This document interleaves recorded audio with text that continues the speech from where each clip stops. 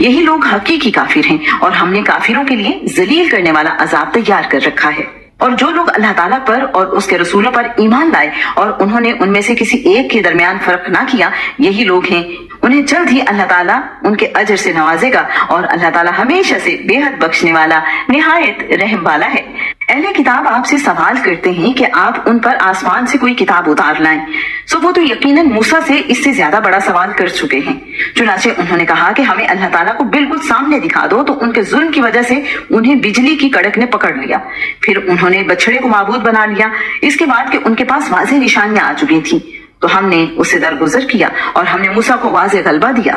اور ہم نے ان سے پختہ عہد لینے کی وجہ سے ان پر پہاڑ کو اٹھایا، اور ہم نے ان سے کہا کہ دروازے میں سجدہ کرتے ہوئے داخل ہو جاؤ، اور ہم نے ان سے کہا کہ ہفتے کے دن میں تم زیادتی نہ کرو، اور ہم نے ان سے ایک انتہائی مضبوط عہد لیا تھا۔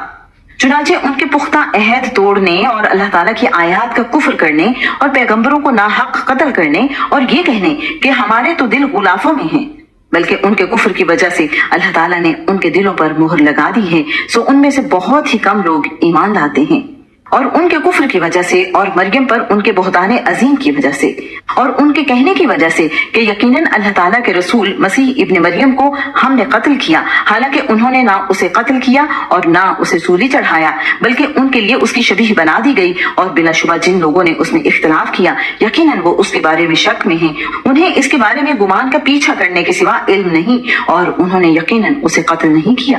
بلکہ اللہ تعالیٰ نے اسے اپنی طرف اٹھا لیا، اور اللہ تعالیٰ ہمیشہ سے سب پر غالب کمال حکمت والا ہے۔ اور اہل کتاب میں سے کوئی ایسا نہیں مگر اس کی موت سے پہلے اس پر ضرور ایمان لائے گا، اور قیامت کے دن وہ ان پر گواہ ہوگا۔ تو ان لوگوں کے ظلم کی وجہ سے جو یہودی ہوئے اور ان کے بہت سو کو اللہ تعالیٰ کی راہ سے روکنے کی وجہ سے ہم نے ان پر پاک چیزیں بھی حرام کر دیں جو ان کے لیے حلال کی گئی تھی۔